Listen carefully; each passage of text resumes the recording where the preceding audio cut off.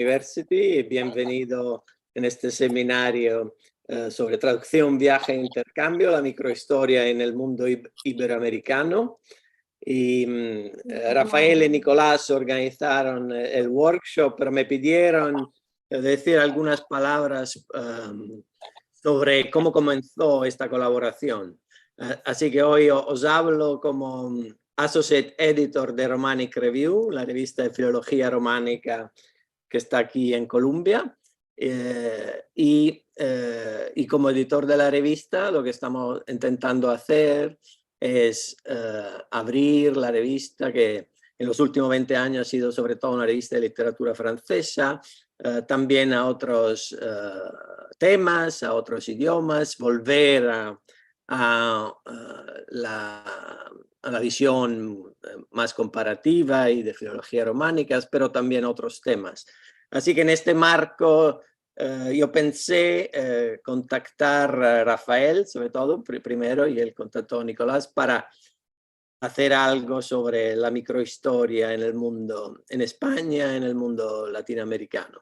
Eso porque estaba leyendo las traducciones de Rafael, las últimas publicaciones de Ginsburg en español sobre Dante, pero también la colección de artículos publicados en Colombia de Giovanni Levi. Así que no soy un experto del mundo latinoamericano, pero me ha interesado mucho el tema y por eso contacté a Rafael si estaba de acuerdo a hacer un número monográfico, y él después de Nicolás organizaron el workshop. Así que estoy aquí para escuchar, aprender y espero publicar, y os dejo la palabra. Pero muchas gracias por organizar este seminario.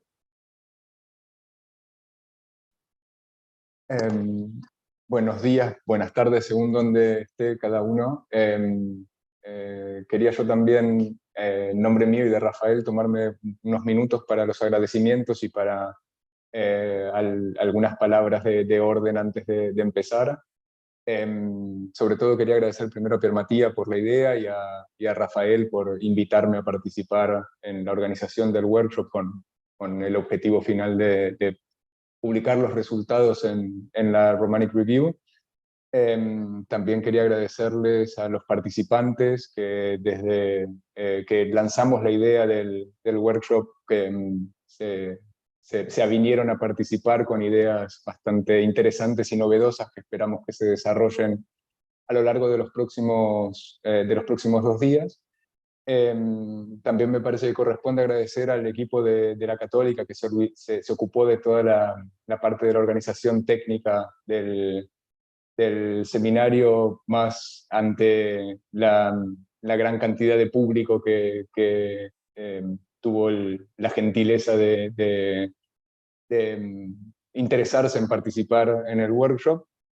Y sobre todo quería agradecer, además de a los participantes en general, especialmente a Francesca, que enseguida hará la primera presentación del seminario, y al profesor Ginsburg, al profesor Devoto, al profesor Rolle, que hará la conversación de cierre del workshop en el día de mañana. Un par de sugerencias de organización para el discurrir más feliz del seminario en los próximos 2 días. Sugiero, como ya han hecho todos, ponerse en silencio cuando no les toca hablar, en lo posible a los ponentes que respeten el tiempo indicado, así queda también algún tiempo para la discusión después. Al público del seminario recogeremos también preguntas y comentarios en el chat general para luego poder comunicárselos a los ponentes y a los participantes a lo largo de los 2 días, así que los invitamos también a participar por ese medio. Nos gustaría también, en la medida de lo posible, y pese a que hay una gran cantidad de público, mantener el espíritu de workshop, de taller, a lo largo de los 2 días de discusión. Entonces, el papel de Rafael y mío será más bien de unas presentaciones pero muy breves al inicio de cada una de las contribuciones, y de recoger las dudas y los comentarios al final para poder facilitar la discusión. Y por último, una aclaración final, cada uno de los expositores y de los participantes en el workshop hablará en el idioma que prefiera. La profesora Trivellato iniciará en inglés porque tuvo la gentileza de ofrecerse a hacerlo en ese idioma, pero creemos que si bien se hablará en español o en castellano, en italiano y en portugués, podremos comunicarnos de manera más fluida si cada uno de los participantes lo hace en el idioma en el que encuentra mayor comodidad. Entonces, siéntanse libres, tanto, no solo de exponer, sino también de formular sus preguntas y sus comentarios en el idioma que les resulte más sencillo. Dicho eso, le dejo la palabra a Rafael y muy agradecido de vuelta al público y en especial a los participantes por la participación. Sí, muy buenos días, muy buenas tardes a todas y todos. Francesca, Carlo, por estar acá escuchando también. A mí me toca presentar a Francesca Trivellato, que es una historiadora italiana que ha centrado su investigación en la historia sociocultural y económica de la temprana edad moderna.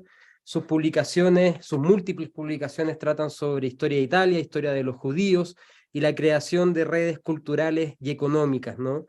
Así como la recepción y las dimensiones analíticas de la microhistoria en Italia y fuera de Italia. Se ha formado en Venecia, Milán y Estados Unidos, obteniendo su doctorado en la Universidad de Brown.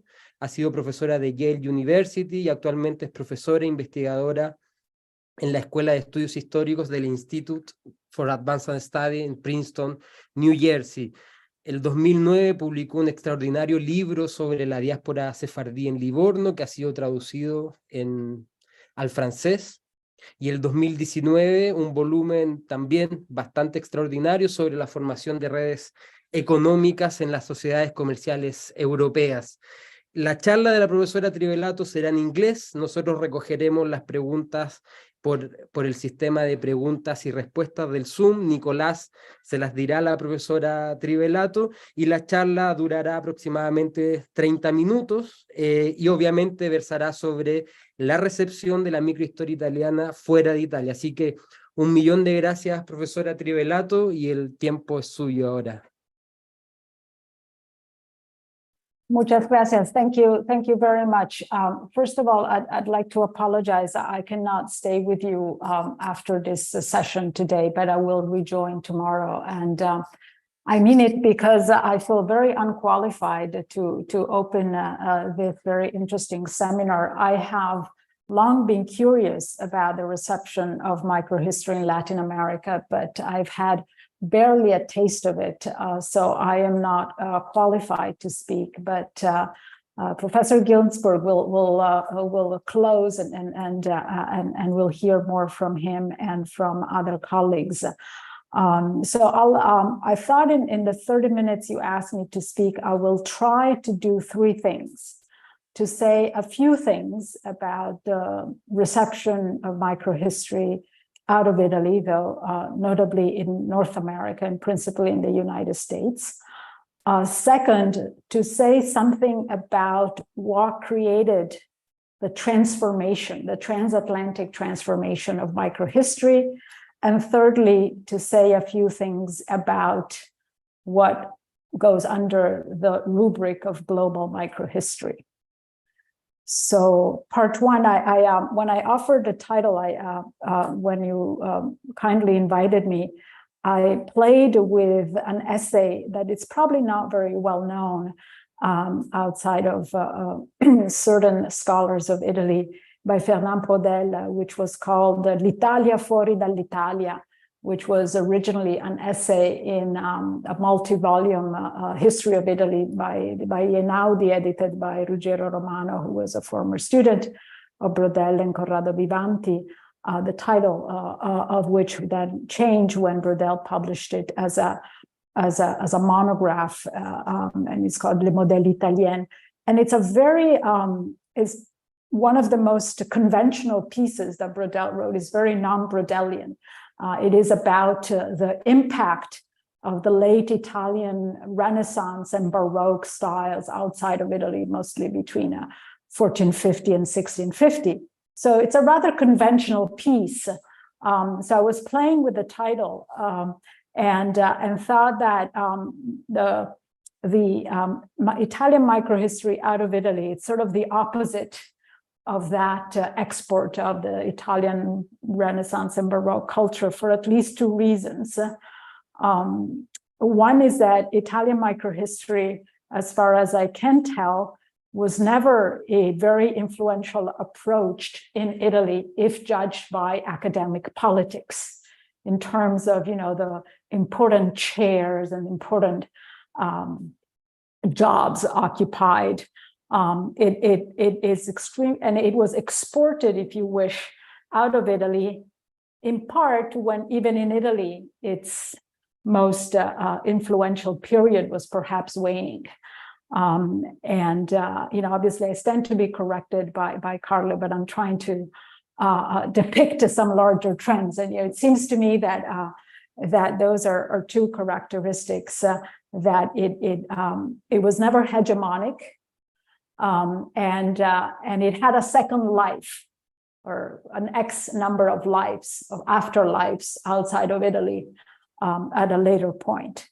And I think it would be interesting in general, and obviously Carlo will be the person to do it, to write a history of microhistory, Italian microhistory out of Italy, using the tools of microhistory. Because I think that you need, to understand it, you need to both do the kind of micro-analysis of networks of individuals who dislocated and went to different places, and at the same time do a macro analysis of the national academic, institutional, political, cultural worlds in which these individuals and their works and the translations were received. So you need a variation of scales and a kind of like structure agency kind of analysis to understand what migrates and how does it change through the migration. As I said, my knowledge of Latin America is extremely limited. It is essentially limited to a brief sets of exposures to the reception in Brazil. I participated in a number of Zoom activities, unfortunately not in person, in Brazil, and I've had some of my work translated into Portuguese, both in mainland Portugal and in Brazil. And I've just been surprised by how different the appreciation and understanding of Italian microhistory is in Brazil and in the United States. So I'll stop here about Latin America, but it's just incredibly different. And when I think about the reception of microhistory in the United States, I try to imagine in a bit schematically that there are two phases of receptions, one in the 1990s and one in the first decade of the 21st century. The 1990s forged the first moment of the reception of microhistory in the United States, principally because Professor Ginsburg was teaching at UCLA. According to the website, it says from 1988 to 2006. I don't know if that's correct, but that's what is the public information is available. And obviously his work attracted a great deal of attention. And at the same time, in the early 1990s, between 1990 and 1994, Ed Muir and Guido Rogero translated into English a selection of articles from Quaderni Storici.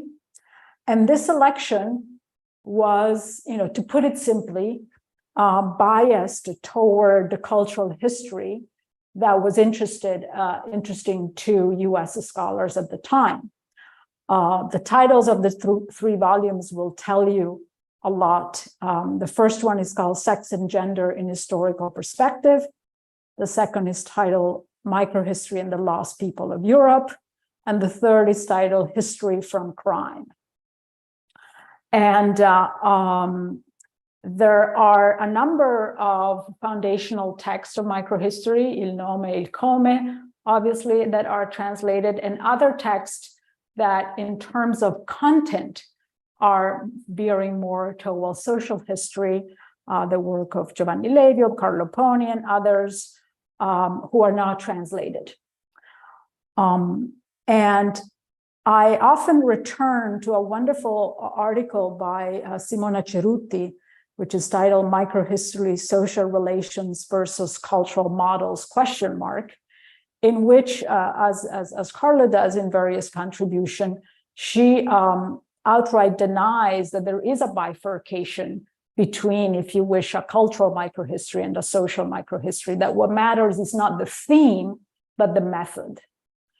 And I am at once persuaded by this statement and puzzled by how much it has not really, it's not perhaps a full depiction of how microhistory has been received. For example, Simona Cerutti's own work is not, except for a recent article about to which I will return, has not been translated into English. So her own way of doing social microhistory in a way that is very close to the way in which Ginsburg does microhistory is not accessible to those who are not readers of French and English. So the result of this very brief and schematic summary is that in the United States, the reception of microhistory has been closely associated with cultural history. Recently, Jan de Vries has arrived to confuse microhistory with the new cultural history. In a recent piece in Past and Present, he thinks they're the same thing. In addition, there is, on the macrohistory reception side, there is the fact that the biography in the United States is a very traditional and important form of history writing. Sabrina Loriga, who's another scholar closely associated with Italian microhistory, has written a book, again in French and in Italian, Le Petit Ex de la Biographie à l'Histoire, about how in French, and particularly in the certain kind of Italian, French, and Central European tradition, biography was degraded to something below true history writing. And that has not happened ever in the Anglo-American world, probably for obvious reasons linked to a certain role of individualism at the broadest level. So much so that you find you find a lot of biography either of great figures, great men, great figures, or ordinary people. Laura Thatcher Ulrich in 1990, A Midwife's Tale, is certainly a text that is associated in the United States with microhistory, even if it is not methodologically close to microhistory. So I think in the 1990s, there was this conflation of cultural history and biography. And this was the first, if you wish, phase of reception and the first sedimentation. When after the 2000s, with the rise of what goes, this very amorphous things that goes under global history, this sedimented tradition was intersected with Italian microhistory to give rise to the notion that global microhistory is essentially a history of early modern globetrotters.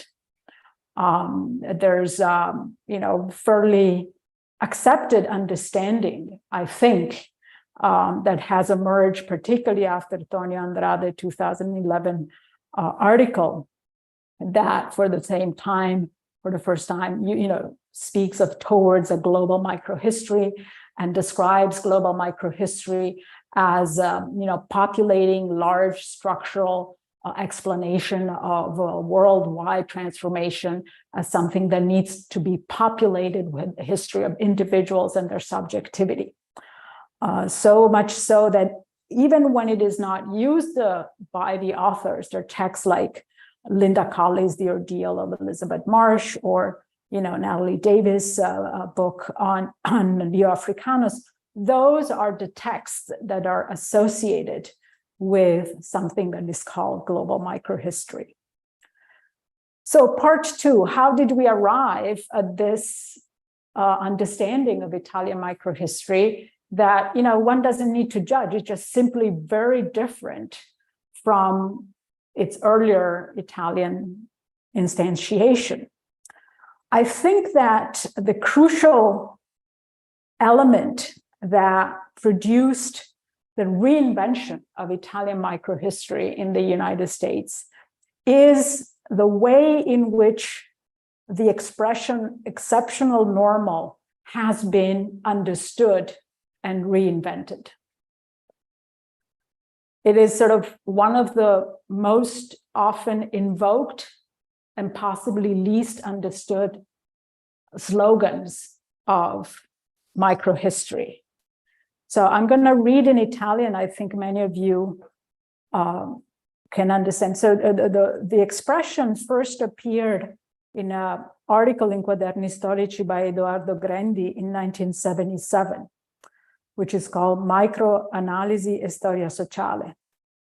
I think Grandi is no longer with us, so I don't want to say anything unfair, but I think it's fair to say that his prose, even in Italian, is not crystal clear, so it is, he's a rather opaque writer.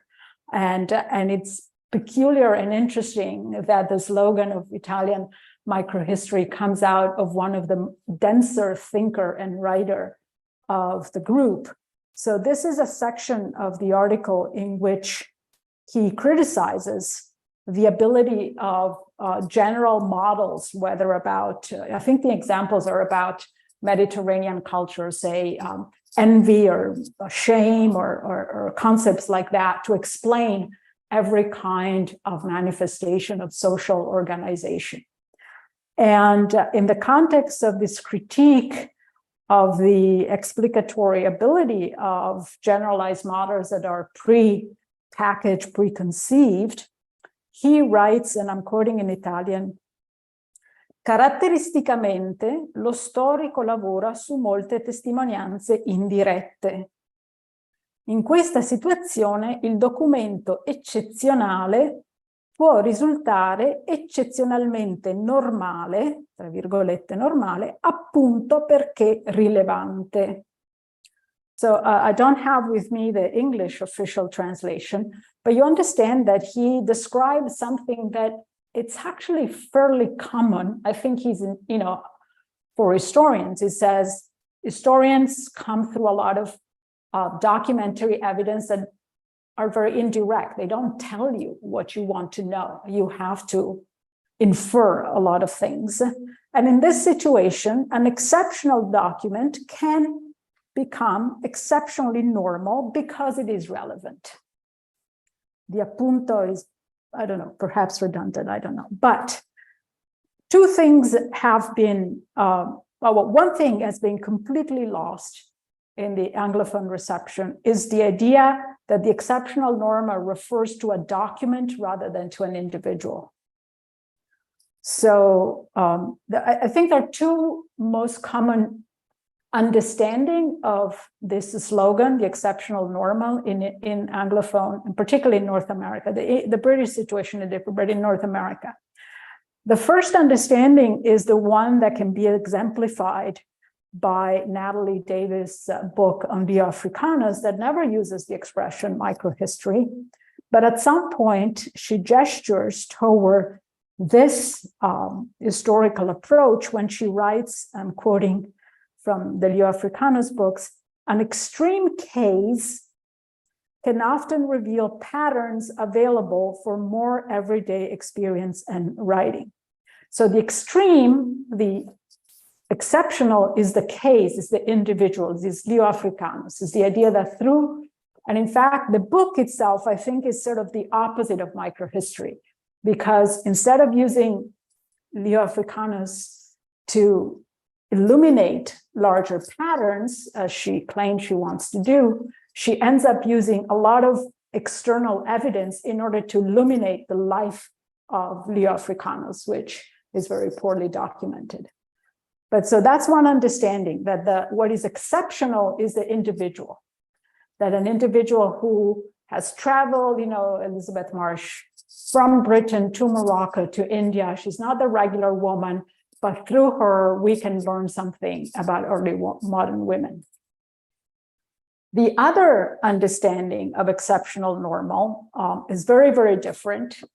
And it has been articulated by Jan de Vries in his 2019 piece in Past and Presence, when he writes explicitly that the exceptional normal is Italian microhistory's Achilles heel, because it is something that is statistically unrepresentative, which obviously Italian microhistorians have always, claimed that that's what the case, but they've claimed it in powerful heuristic potentials. So for de Vries, microhistory stands on one hand and what he calls patterns, trends, regularities on the opposite. He thinks that the exceptional normal can never illuminate patterns and generalities. And I think this opposition germinates from a very profound misunderstanding that the only kind of social theory can only be deductive. That because he's very, he's an economic historian, for those who don't know, he's an extraordinary good economic historian who thinks that hypothesis testing and statistical regularities are the two important methods. So what he describes, so he takes what Italian microhistorians consciously hold as a powerful heuristic tools, which is to say, if you find something that doesn't fit with a statistical regularity, instead of discarding it, you can ask questions that you would never ask if you only looked at statistical regularities. There's never any pretense to say anything different.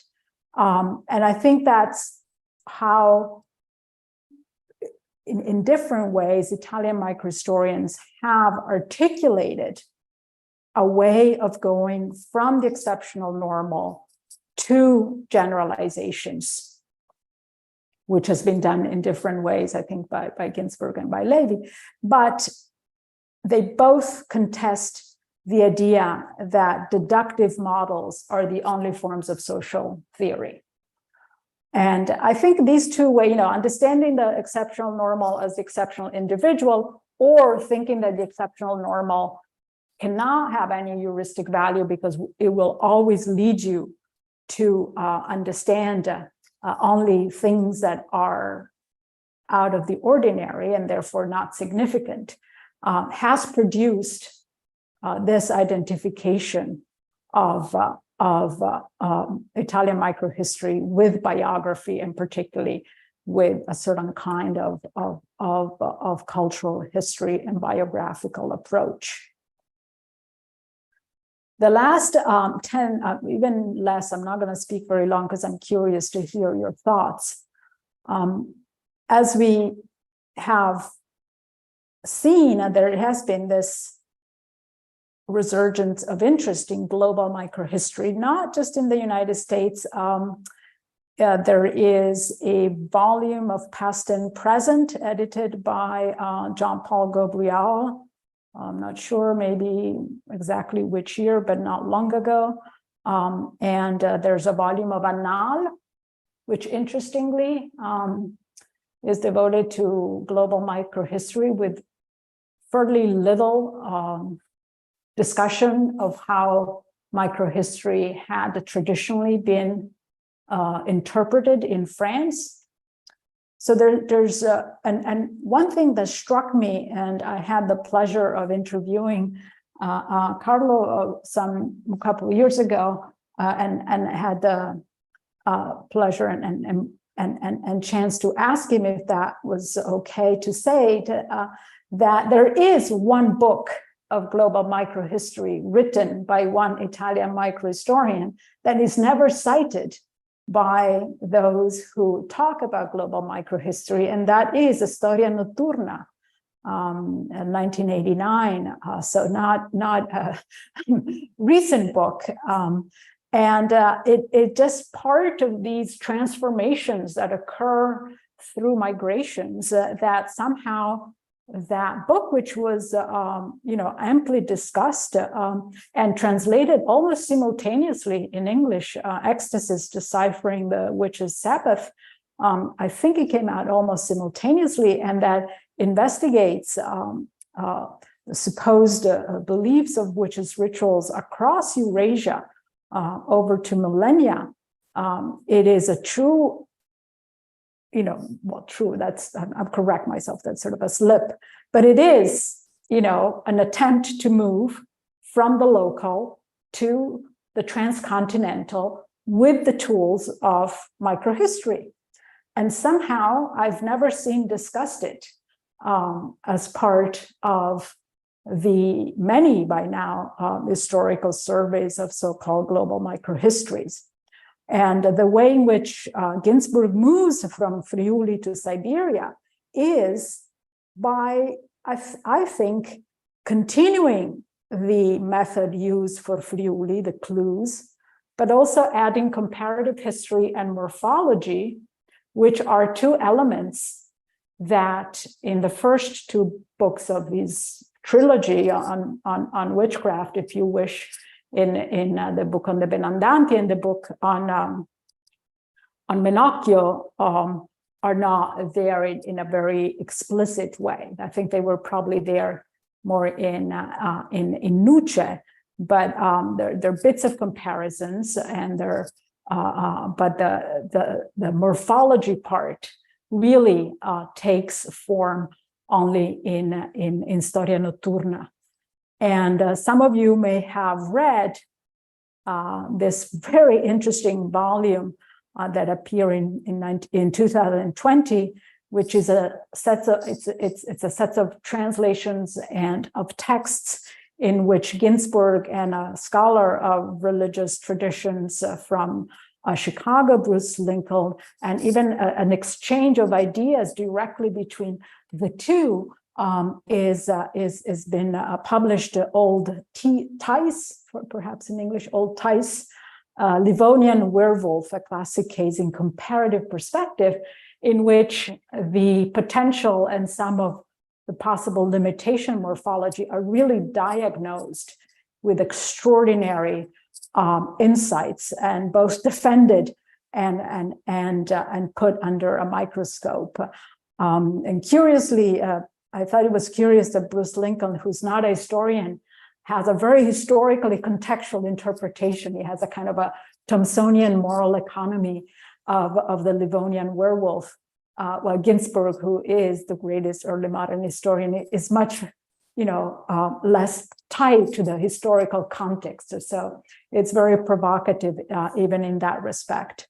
And so I don't have a great deal to say other than what really strikes me a great deal about global history is that it's one of the terms or the expression that we have the hardest way of defining it. I would not be able to say what global history is. If there is something that holds together works that define themselves as global history, it tends to be thematic rather than methodological. And I think this is very peculiar when in the United States we teach graduate students that the main point of reference for them is a historical trend that can be associated with topics rather than with a certain approach.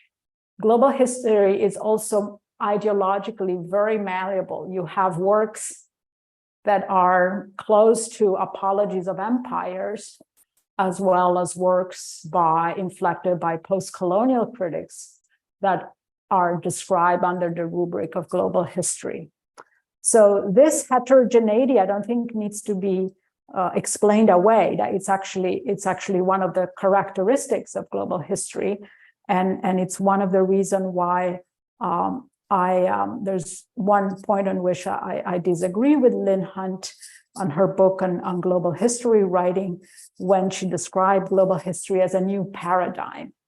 And she listed the big 5 paradigms of historical research in the post-World War II era Marxist modernization, the Null School, and the United States, something she calls identity politics. And then she says global history is the latest big paradigm.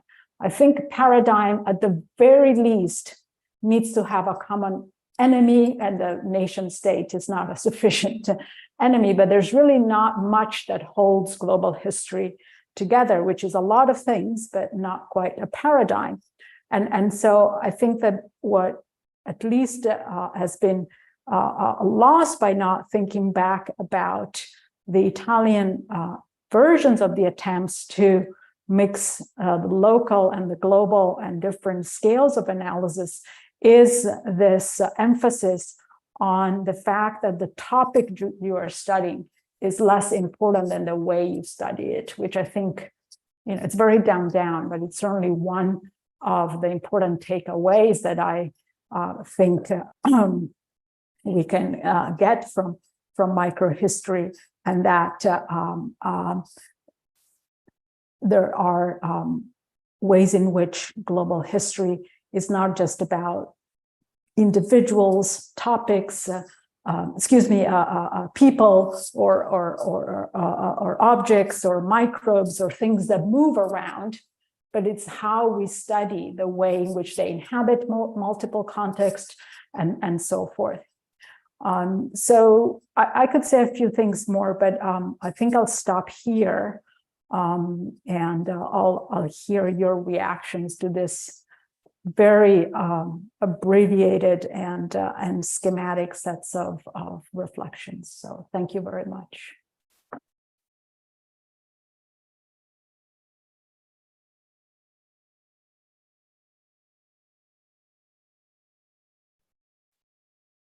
Thank you very much, Francesca. I think we could, before going to the public, we could open the floor for questions from the other participants in the seminar. Have any?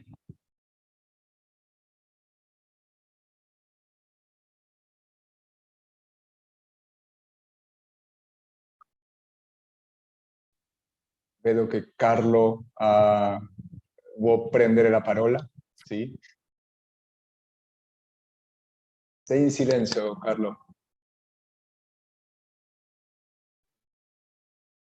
So I have a small comment on what Francesca Trivellato said on eccezionale normale, because if I'm not mistaken, Edoardo Grandi was also commenting on my book, Decisa di Worms, Il formaggio ai vermi, and his, let's say,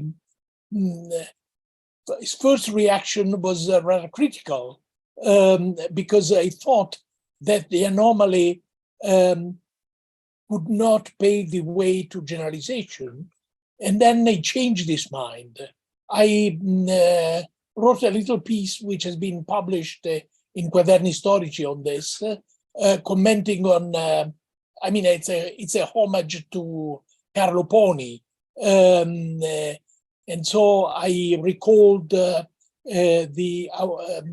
what we did together, Carlo Poni and myself, writing on Il nome e il come, and I think that, let's say, in fact, the suggestion to underline the relevance of Grandi's nice oxymoron, eccezionale normale, was in fact part of our conversation in Il nome e il come. But what I did not realize at that moment is that, in fact, this was the point I had made in the introduction to my book, Decisa di Worms. In other words, that Menocchio was certainly anomalous, but it also implied the possibility of paving the way to generalization. In fact, the idea that his way of reading books implied a filter which was related to the impact of the printing press on an oral culture. Well, this was went beyond, let's say, the anomalous character of Menocchio, and suggested that there was a much larger phenomenon, which was possible to catch starting from that anomalous case. Thank you. Thank you very much for this. You're absolutely right. I'm going to take advantage of your presence, Carlo, to ask you about, very straightforward, about a way in which I understood a difference between, I mean, first of all, I do think that there is very little understanding in North America that you can go from the exceptional normal to generalizations. That's my point. And I think for the two reasons I described. But I also think that you and Giovanni Levi have proposed two different paths of how to go from an anomaly, if you wish, to generalizations. And my understanding, and I stand to be corrected, is that for you, morphology is an extraordinary tool to identify empirical regularities, so that you have somehow a stronger faith in microhistory's ability not just to suggest possible patterns, but to actually identify those patterns. And I do think that morphology is not one of the concepts that have migrated well from Italy to North America. Well, Giovanni Levi has adopted, if you wish, a weaker position, but one that I think it's also very important, and it is an answer to Jan de Vries, who didn't hear it, that when he speaks about history writing as the discipline of generalizing questions and giving local answers, that is, that he's a bit more agnostic about the possibility that through the tools of microhistory, you can identify empirical regularities. But he's completely persuaded that the exceptional normal generates the potential for social theory that transcends the local. So I think both interpretations of how to go from the exceptional normal to generalizations are extremely rich suggestions for anybody who works in multiple global, frameworks and sites, either, in either version. And somehow, neither version has been fully appropriated, which is a bit of a disappointment. But I think that they're somewhat different in their degree of epistemological, if you wish, certainty about the degree or the content of generalizations that can be reached. I completely agree with you. In other words, this is the way in which I interpret my divergence with Giovanni Levi. And in fact, morphology is a crucial tool. And I can say, just in a couple of words, that the new edition of my book, Miti e Blemi Spie, which is going to be published by Adelphi very soon, will include a postface in which I comment on this issue. And in fact, when I discovered that Georges Cuvier regarded himself as an antiquarian of a new kind, I thought that this was a sort of way of legitimizing what I tried to do on the relationship between morphology and history. So thank you very much for this very clear and insightful presentation of this issue, which is certainly very important when we are dealing with microhistory.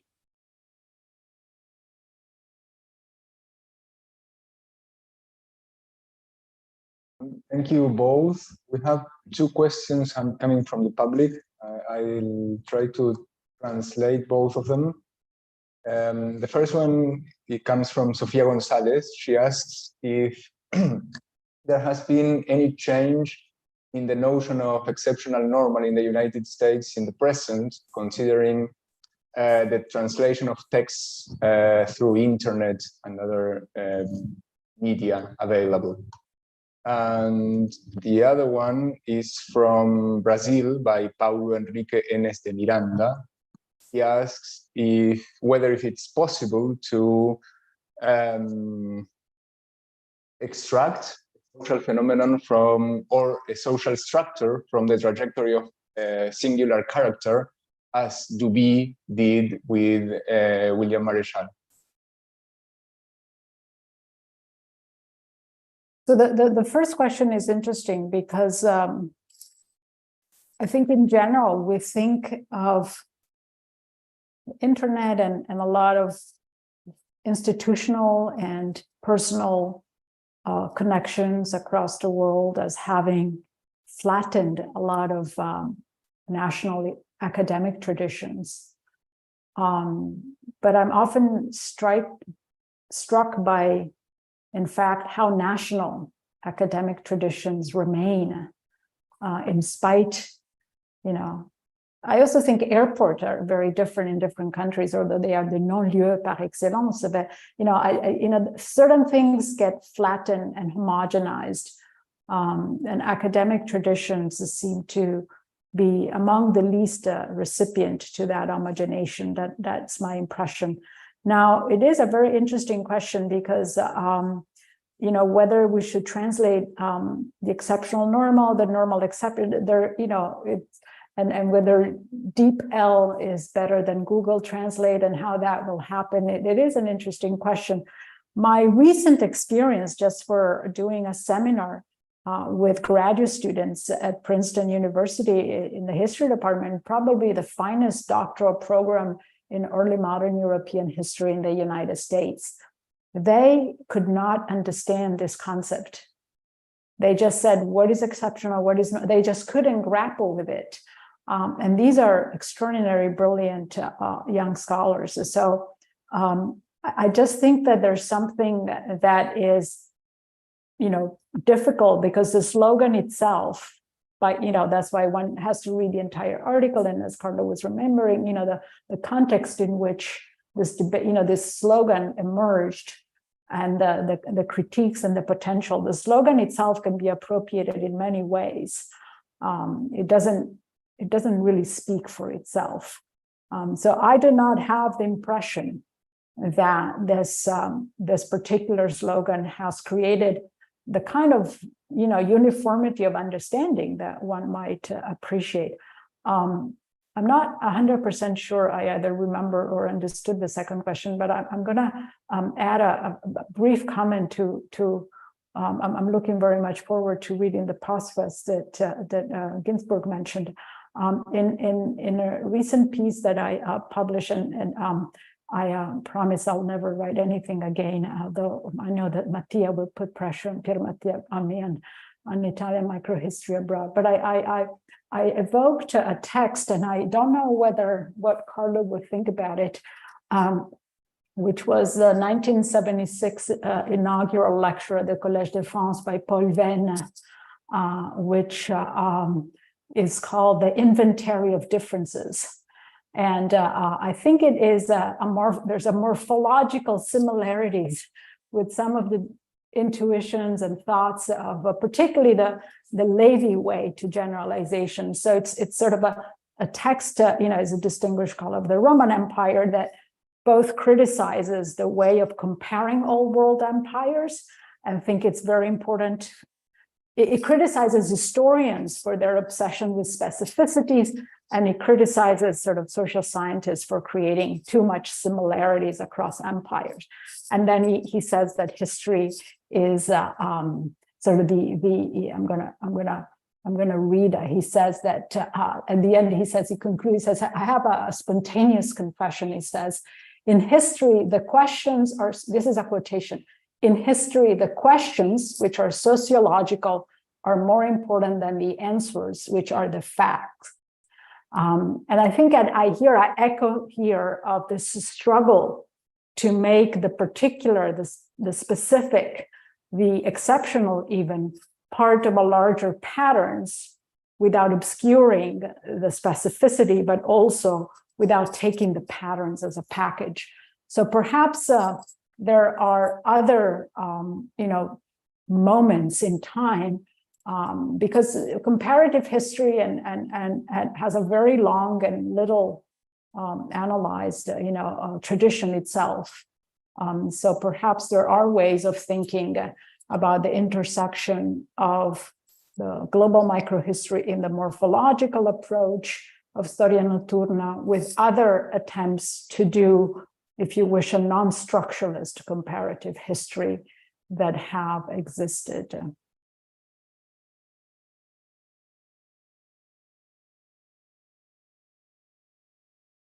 I have one final question from the public. It's by Tiago Krause. He thanks you very much for your presentation. And his question is, how translatable is the methodological focus of microhistory to global history, which by definition does not allow the deep dive into primary sources done by Levi or Grendy, and or to places where sources are more rarefied than early modern Italy, such as colonial Brazil. By this, he means that global history will by necessity remain thematic instead of methodological. Well, hello, Tiago. It's nice to hear from you.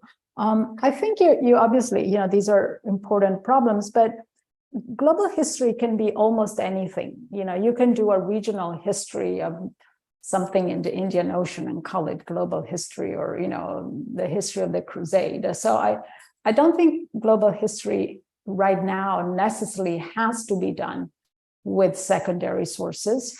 I think you're right that as the famous article Il Nome Il Come pointed out, there is an extraordinary richness of archives in certain parts of the Italian peninsula, not everywhere, for certain periods, that make a certain kind of investigations possible. And you who work on Bahia in the and Salvador in the 17th century find that there are so many merchant archives that you don't have and you would like to have, and how you do that. At the same time, Tiago's professor in Sao Paulo, you are, for me, the epitome of how deep the understanding of Italian microhistory can be in parts of Latin America. And so the way you appropriate yourself of the stimuli that come from that then can be very, I don't think they need to be orthodox. I didn't have time, but I wanted to mention this article by Simona Cerutti and Isabel Grangot, which appeared in Comparative Studies and Societies a few years ago, which is not an Italian microhistory standard way of approaching any subject. It does not even mention morphology, though I think there is a strong influence of morphology, but I think it is the kind of comparison between, in this case, Turin in the 18th century and Tunis in the 18th century that is inspired by a certain way of thinking about primary sources and comparison. So I think that I would think that you can be very free in the way in which you take some of the insights from Italian microhistory about how to use primary sources for the purpose of building comparative and global analysis.